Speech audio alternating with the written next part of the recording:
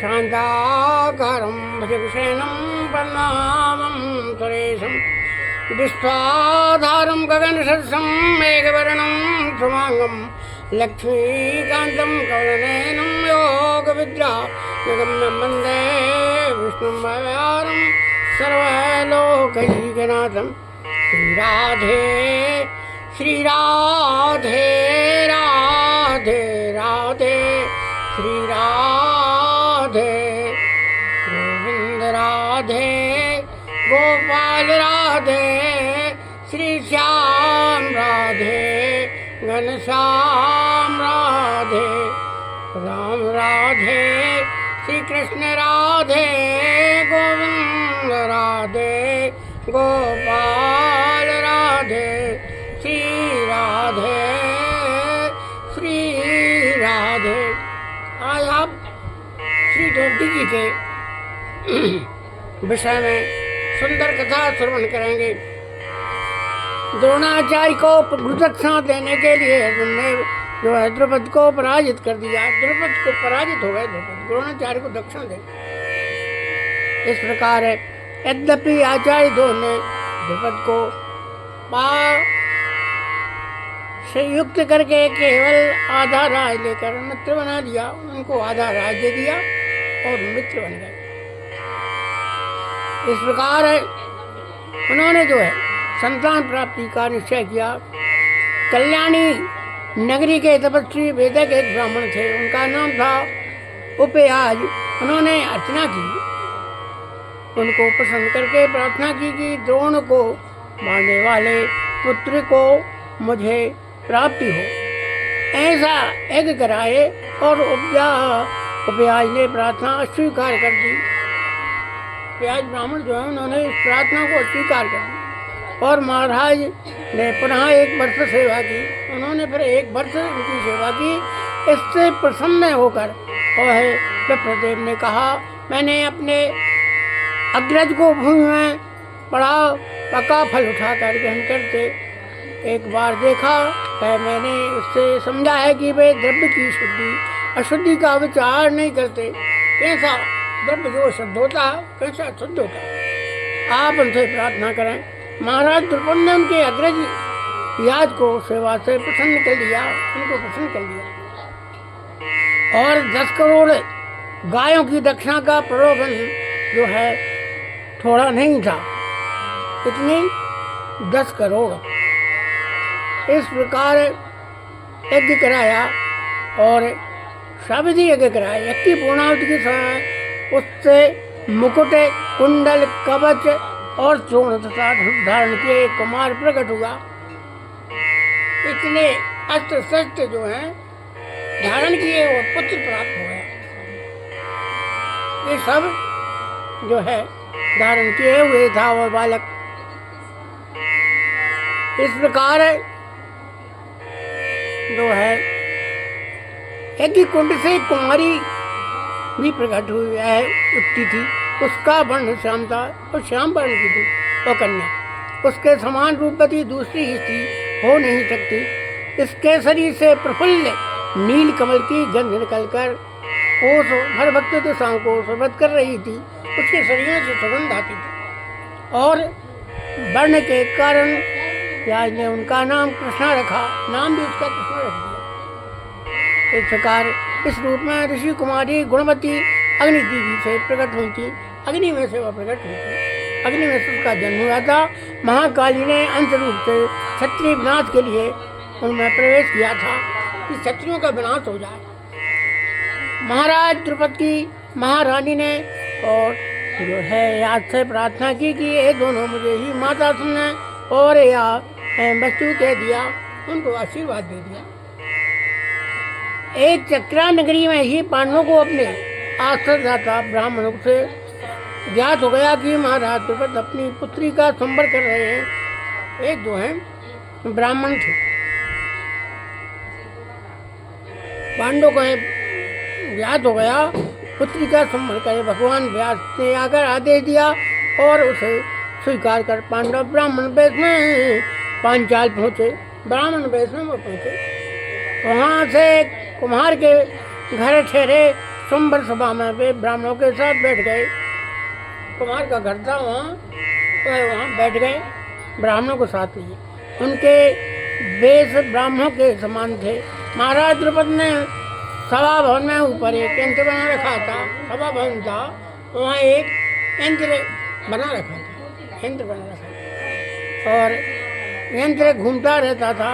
उसके मध्य में एक मत्स्य बना था, एक मछली का चित्र बना हुआ था यंत्र के मध्य। नीचे तेल पूर्ण कढ़ाई थी, नीचे जो है कढ़ाई थी तेल से भरी हुई। इस प्रकार तेल में छाया देखते हुए घूमते चक्र के मध्यस्थ मत्स्य को 5 बाणों से मारना था। ऐसी शर्त थी, वह मछली जो है 5 बाणों से और तेल की कढ़ाई में जो है उसकी मृत्यु हो जाए, बाण लग जाए। तो ऐसा करके उसी ने द्रौपदी के विवाह की घोषणा की। उन्होंने कहा जो इस मछली को भेज देगा अपने 5 बाणों से, उसको साथ में इस कन्या का विवाह संस्कार कर दूंगा। इस कार्य के लिए जो सुदेश धनुष रखा था वह इतना कठोर भारी था, बहुत से राजा तो उठाने में ही असमर्थ हो गए और धनुष इतना जो है वजन था उसमें कि बड़े बड़े राजाओं से धनुष को नहीं उठा सके, इतना वजन था। जरासंध लग गए, शिशुपाल शल्य उस पर जा चढ़ाने के प्रयत्न में दूर गिर पड़े, उन्होंने उठाया गिर पड़े। केवल कर्ण ने धनुष चढ़ाया, कर्ण जो थे उन्होंने धनुष चढ़ाया और यह बाण मारने ही जा रहा था कि द्रौपदी ने पुकार कर कहा।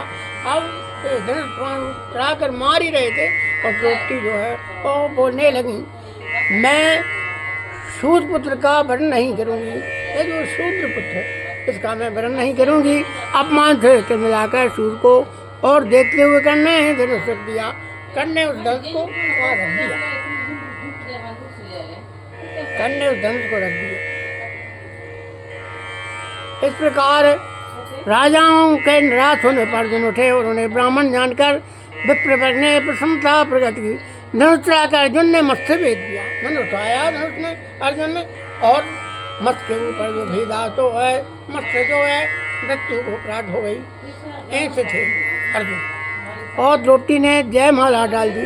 द्रौपदी ने उनके गले में जयमाला पहना दी। राजाओं ने एक ब्राह्मण से द्रौपदी के विवाह होते देख द्रुपद और पांडवों पर आक्रमण कर दिया। द्रुपद के ऊपर आक्रमण कर दिया पांडव और अर्जुन ने धनुष चढ़ा लिया। एक वृक्ष लेकर भीमसेन टूट पड़े, एक वृक्ष को उठाकर भीम जो है टूट पड़े। अर्जुन ने युद्ध करके कर्ण ने शीघ्र समझ लिया कि वे अजय हैं। उन्हें ब्राह्मण समझकर वह युद्ध से हट गया और उधर भीम ने शल्य दे पटका। इससे सभी नरेश युद्ध से पृथक होने लगे। जितने राजा थे युद्ध से सब अलग अलग हो गए। श्री कृष्ण ने पांडवों को पहचान लिया, अतः उन्होंने समझा बुझाकर राजाओं को शांत कर दिया। और माँ एक हम एक भिक्षा लाए हैं। द्रौपदी को लेकर पहुँचने पर अर्जुन ने कहा, अर्जुन कहते हैं अपनी माँ से कि माँ हम एक भिक्षा लाए हैं। और कुंती ने बाहर आकर द्रौपदी को देखा तो बड़ा पश्चाताप करने लगी, बहुत उनको पश्चाताप हुआ और वे युधिष्ठिर से अनुनय करने लगी। मैंने कभी मिथ्या भाषण नहीं किया, मेरे इस वचन से मुझे धर्म संकट में डाल दिया। बेटा मुझे अधर्म से बचा। उन्होंने कहा बेटा मुझे अधर्म से बचा और धर्मपूर्वक तुमने पांचाली को प्राप्त किया है, अतः तुम इससे विवाह करो। धर्मराज ने अर्जुन से कहा, बड़े भाई अविवाहित रहते छोटे भाई का विवाह करना अधर्म है। यदि बड़े भाई हैं उनकी शादी नहीं हुई, विवाह संस्कार होगा तो छोटे भाई का विवाह नहीं करना चाहिए, ये अधर्म है। आप मुझे अधर्म में प्रेरित ना करें, द्रौपदी के साथ आपका विवाह ही उचित है। अर्जुन ने नम्रतापूर्वक प्रतिवाद किया। युधिष्ठिर ने देखा कि सभी भाई द्रौपदी के अलौकिक सौंदर्य पर मुग्ध है। उन्होंने देखा पांचों भाई द्रौपदी का जो है मुख देखकर जो है और मुग्ध हो गए।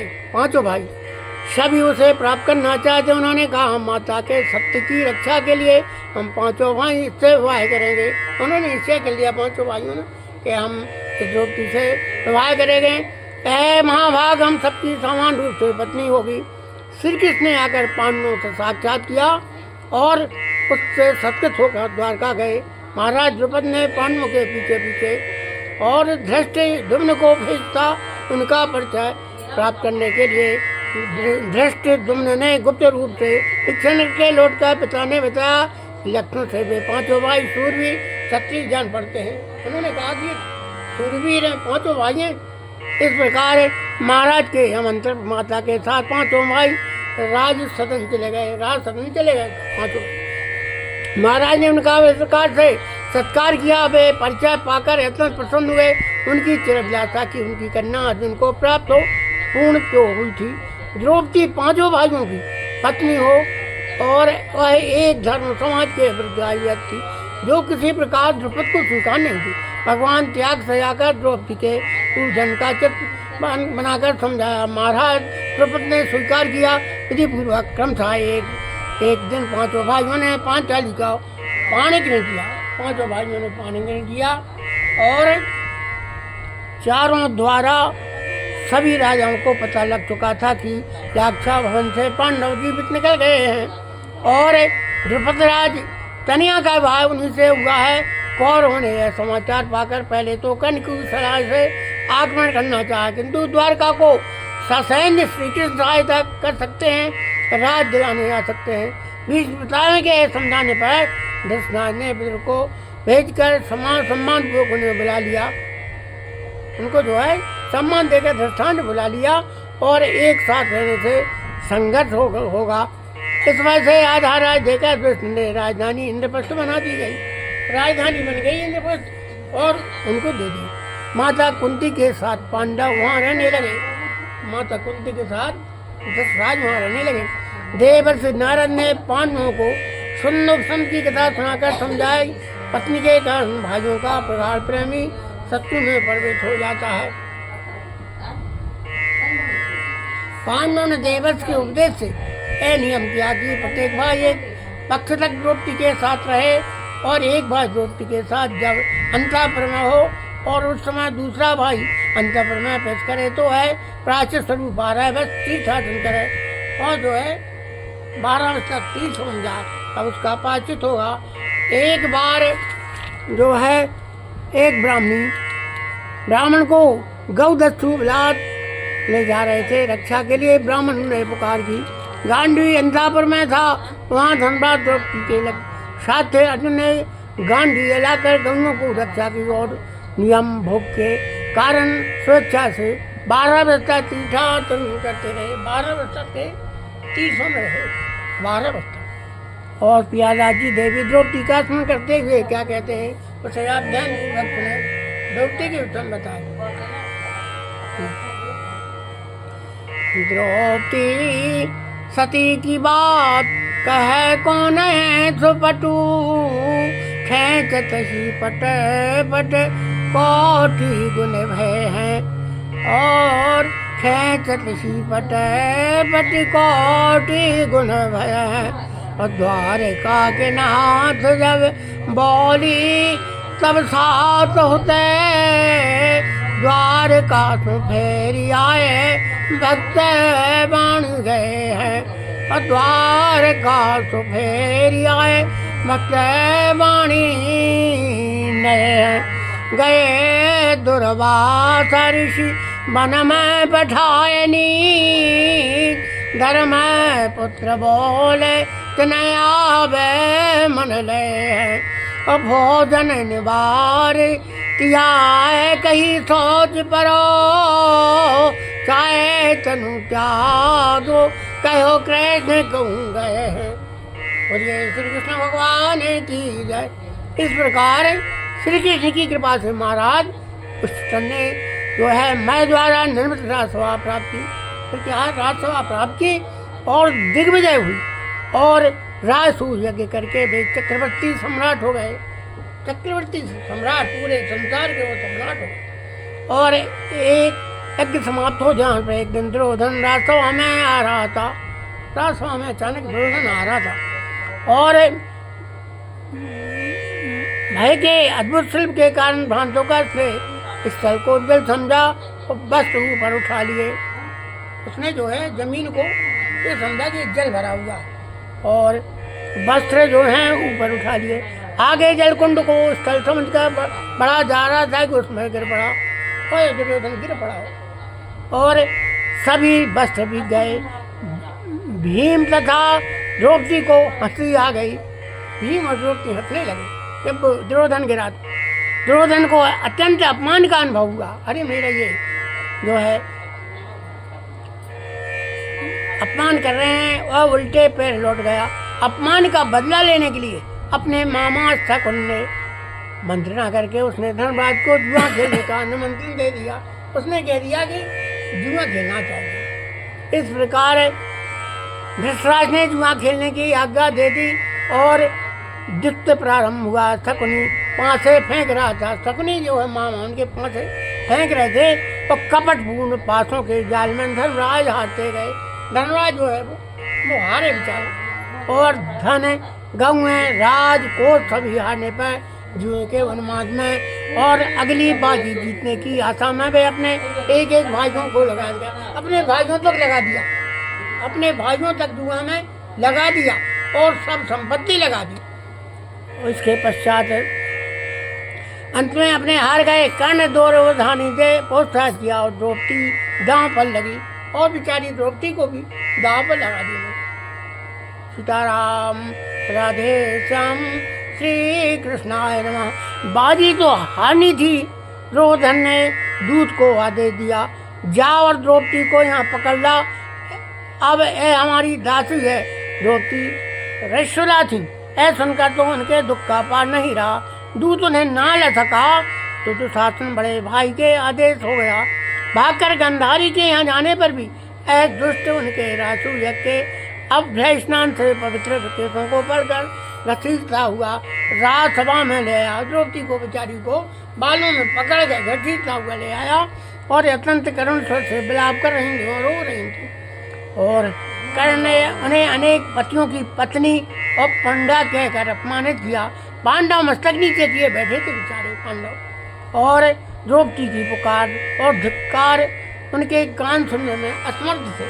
और बेचारे द्रौपदी की करुण आवाज़ जो है रो रही थी, वो सुन नहीं सके, असमर्थ थे। धर्मराज ने पहले अपने को दांव पर हारा या मुझे पहले अपने को दांव पर हार जाने के पता मुझे दांव पर लगाने का उन्हें क्या अधिकार रह गया था।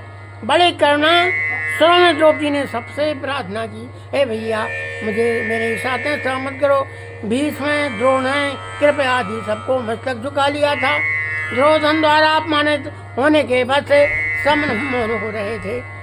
इस प्रकार दुशासन देख के क्या हो, इसका वस्त्र उतार लो, निर्वस्त्र करके यहाँ बैठा दो, ऐसा वो लोग कह रहे थे। इनको नग्न कर दो।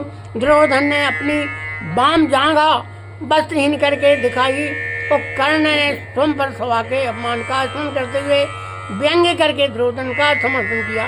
दुशासन ने साड़ी का अंचल पकड़ लिया। और अब क्या हो, अबला की लज्जा क्या इस प्रकार नष्ट हो जाएगी। द्रौपदी ने कातर होकर चारों ओर देखा और सबके मस्तक नीचे झुके थे। कर्ण प्रोत्साहन दे रहा था, हाथों से वस्त्र दबाने का प्रयत्न व्यर्थ था। अबला के हाथ कहाँ तक उन्हें रोक सकते थे। 10 सहस्त्र हाथियों के बल वाला उसको जो है 10 सहस्त्र 10,000 हाथियों का बल था। मत वाला दुशासन साड़ी को खींचने लगा। द्रौपदी की साड़ी जो है और खींचे लगा दुशासन। और द्रौपदी ने नेत्र बंद कर लिए। द्रौपदी ने बेचारी ने नेत्र बंद कर लिए। लज्जा होकर उनसे अश्रु वृष्टि हो रही थी, वो रो रही थी बेचारी द्रौपदी। दोनों हाथ ऊपर उठाकर उन्होंने पुकारा भगवान के प्रति, भगवान के लिए दोनों हाथ ऊपर उठाए और कहा, हे कृष्ण, हे द्वारकानाथ, हे करुणा वरुणालय, दौड़ो कारों के समुद्र से मैं मेरी लज्जा डूब रही है, रक्षा करो, रक्षा करो, रक्षा करो। द्रौपदी जी हाँ प्रार्थना कर रही है, हे प्रभु। ओम सतंग चक्रम सकरीटकुंडलम सपीतवस्त्रम करूरेक्षणम सारवक्षसगौधि विष्णुम नमामि विष्णुम सरसा चतुर। श्री कृष्ण श्री कृष्ण कृष्ण कृष्ण हरे हरे, श्री कृष्ण श्री कृष्ण कृष्ण कृष्ण हरे हरे। इस प्रकार द्रौपदी जो है भगवान का नाम स्मरण कर रही है। द्रौपदी को शरीर का भान भूल गया दीन बंधु का बस्ता अवतार हो चुका। भगवान ने जो वस्त्र इतने बढ़ाए दुशासन हार गया। दुशासन पसीने पसीने हो गया। रंग बिरंगे वस्त्रों का पर्वत लग गया था। रंग बिरंगे वहाँ जो है ऐसे लगते थे जैसे पर्वत पहाड़ हो वस्त्रों। और उस हाथी की साड़ी का ओर छू नहीं रहा। और कहने लगे नारी बीच साड़ी है कि साड़ी बीच नारी है, नारी की साड़ी है कि साड़ी की नारी है। ऐसा समझ नहीं आ रहा कि साड़ी के बीच स्त्री है और द्रौपदी है कि द्रौपदी के बीच साड़ी है। इतनी साड़ी वहाँ बढ़ा दी, इतने वस्त्र बढ़ गए। और महाराज बहुत हो गया, शीघ्र द्रौपदी की संतुष्ट कीजिए, नहीं तो श्री कृष्ण के चक्र के प्रकट होकर आपके पुत्रों को काट देने में विलम्ब नहीं जान पड़ता। भगवान कहने लगे तुम्हारे जितने पुत्र सबको काट डालूंगा। और विष्णु ने अंधेर आया दशरथ को पूरा वर्णन सुनाया। दृष्टा भय से कांप गए। उन्होंने प्रेम से द्रौपदी को समीप बुला लिया और पुत्रों के अपराध के लिए क्षमा याचना की। पांडवों को द्रौपदी के साथ दासत्व से मुक्त करके हारा हुआ राज तथा धन लौटा दिया। उनका धन भी लौटा दिया और राज भी लौटा दिया।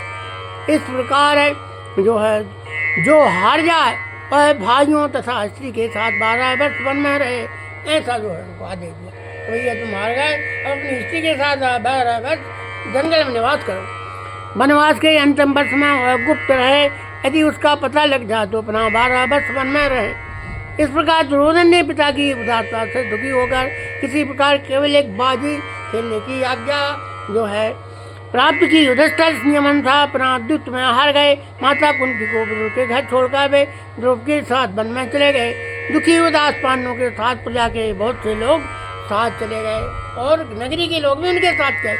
ये तो किसी प्रकार लौटा दिए गए। कुछ ब्राह्मण 11 वर्ष तक उनके साथ वन में ही रहे और गुप्तवास प्रारंभ होने पर वे विदा हो गए। बोलिए श्री कृष्ण भगवान की जय। अब जो है द्रौपदी साहित्य पांचों भाई वन के लिए प्रस्थान कर रहे हैं। बोलिए श्री रामचंद्र भगवान की जय। श्री कृष्ण राधा कृष्ण भगवान की जय। केवल वो सारा तुम्हारा कन्हैया को एक रोज रो कर पुकारा। श्री राम जय राम जय जय राम। श्री राम जय राम जय जय राम। श्री राम जय राम जय जय राम। श्री राम जय राम जय जय राम। बोलो श्री कृष्ण भगवान की जय। राधा रानी की जय। रुक्मणी देवी की जय। बोलिए श्री कृष्ण भगवान की जय। अब आप जो है द्रौपदी के चरित्र को ही आगे श्रवण करेंगे। अब गुप्तवास कर रहे हैं पांडव, गुप्तवास के लिए बन के चले आए। अब आगे की कथा आप श्रवण कीजिए। राजसूय यज्ञ की समाप्ति पर ही श्री कृष्णचंद्र द्वारका चले गए थे। कहाँ गए भगवान? द्वारका चले गए। और साल ने अपने जो है कामचारी विमान शोभ के द्वारा उत्पत्त मचा रखा था, उत्पात करने लगे। पहुँचते ही केशव ने शाल पर आक्रमण किया। भगवान कृष्ण ने जो है आक्रमण कर दिया और सोम को गदा से चूर्ण करके अच्छी तरह से वज्र मारकर शाल तथा उनके सैनिकों को यमराज के घर भेज दिया। उनके जो सैनिक थे उनकी मृत्यु कर दी वज्र मार मार कर। और जब वे द्वारका में लौटे तो उन्हें पांडवों के जुए में आने का समाचार मिला। उनको समाचार मिला कि पांडव जो हैं जुए में हार गए हैं। वे सीधे हथना पर आए। वहाँ से वहाँ वन में पांडव अपनी स्त्रियों, बालकों तथा प्रजा वर्ग एवं बच्चों के साथ पहुँचे। पांडवों से मिलकर उन्होंने कौरवों के प्रति रोष प्रकट किया। पांडवों के प्रति रोष गुस्सा आई। अरे बताओ, पांडव जो है ये जो है जुआ में हमको हरा गए। द्रौपदी ने श्री कृष्ण से वहाँ कहा, मधुसूदन मैंने महर्षि के बल से सुना है। द्रौपदी जी कह रही हैं, श्री कृष्ण से कह रही हैं द्रौपदी जी मधुसूदन मैंने महर्षि अश्वत्थ देवल से सुना है कि आप ही सृष्टि करता है, कि आप तो सृष्टि की जो है चलाने वाले हैं। परशुराम जी ने बताया था कि आप साक्षात अपराजित विष्णु हैं, साक्षात आप विष्णु हैं, आप ही यज्ञ ऋषि देवता तथा पंचभूत स्वरूप हैं, ऐसा बताया था। जो चीज कह रहे हैं, जगत आपके अंत में स्थित है, जगत आपके अंत में स्थित है, त्रिलोक में आप व्याप्त हैं, तीनों लोकों में आप ही व्याप्त हैं, और निर्मल हृदय मनुष्यों के हृदय में आप ही स्फुट होते हैं, और जितने भी योगी पुरुष हैं, संत हैं, उनके हृदय में आप ही निवास करते हैं। आप ही ज्ञानियों में तथा योगियों की परम गति हैं, आप विभु हैं, सर्वात्मा हैं, आपकी शक्ति ही सबको शक्ति प्राप्त होती है। ऐसी द्रौपदी को ज्ञान था, द्रौपदी समझती थी भगवान मेरे सब कुछ हैं, आप ही मृत्यु हैं, आप ही जीवन कन के अधिष्ठाता हैं, आप ही परमेश्वर हैं, मैं अपना दुख आपसे ना कहूँ तो किससे कहूँ। ऐसा द्रौपदी ने भगवान श्री कृष्ण से कहा, हे भगवान मेरे आप ही हैं। कहते हैं तुम्हें वे माता च पिता तुम्हें वे बंधु सखा, तुम्हें वे विद्या द्रवणों, तुम्हें वे शरणं मम देवम। ऐसा द्रौपदी जो है भगवान कृष्ण के प्रति कह रही हैं। द्रौपदी के नेत्रों से आंसू गिरने लगे। वे कह रही थी महापराक्रम की पांडवों की पत्नी, धृष्टद्युम्न की बहन और आपकी सखी हूँ, औरों की भरी सभा में मेरे केस पकड़ गए, मुझे घसीटा गया। मैं एक वस्त्र सुलाती उसी नग्न करने का प्रण किया गया। हे अर्जुन, भी मेरी रक्षा न कर सके। इसी नीच दुर्योधन ने भीम की विद्या का जल में बांध कर फेंक दिया। इसी भीम ने जो है दुर्योधन ने क्या काम किया कि भीम को जो है जहर देकर और बांधकर जल में फेंक दिया। इसी दुष्ट ने पांडवों को रक्षावन में भस्म करने का प्रण किया। इसी पिशाच ने मेरे केस पकड़ गया, घसट आया, और आज भी वह जीवित है, आज भी वह दुर्योधन जीवित है। भगवान पांचाली फूट फूट कर रोने लगी और उसकी वाणी स्पष्ट हो गई, और वे श्री कृष्ण की सराहना दे रही थी। तुम मेरे संबंधी हो, मैं अग्नि से उत्पन्न गौरव में ही स्त्री हूँ, तुम पर मेरा पवित्र अनुराग है, तुम मेरा अधिकार है, और रक्षा करने में तुम समर्थ हो, और तुम्हारे रहते मेरी रक्षा हो रही है। हे भगवान, भक्तवत्सल ना सुन सके। उन्होंने कहा कल्याणी, जिन पर तुम रुष्ट हुई हो उनका जीवन समाप्त हुआ समझो। उनकी स्त्रियाँ भी इसी प्रकार रोएंगी, और उनके अश्रु जो है सूखने का मार गए, नष्ट हो चुका रहेगा। तुम द्रौपदी प्रसन्न हो जाओ जो है, और सब नष्ट हो जाएंगे, सब परिवार नष्ट हो जाएगा। थोड़े दिन में उनके बाणों से गिर कर वे सगाल कुत्तों के आहार बनेंगे। और मैं प्रतिज्ञा करता हूँ तुम जो है सामग्री बनकर रहोगी। आकाश फट जाए, समुद्र सूख जाए, हिमालय चूर हो जाए, पर मेरी बात तो सत्य नहीं होगी। ऐसा भगवान ने द्रौपदी से कहा। और द्रौपदी ने अर्जुन की ओर देखा। अर्जुन ने अपने सखा की बात का समर्थन किया। श्री कृष्ण अपने साथ समझ गया और अभिमन्यु को लेकर द्वारका गए, और भ्रष्ट द्रौपदी के पुत्रों को पांचाल ले गए। सभी आगत राजा अपने अपने देशों को लौट गए। विनयपूर्वक धर्मराज ने प्रजा वर को लौटा दिया। बोलिए श्री कृष्ण भगवान की जय। भगवान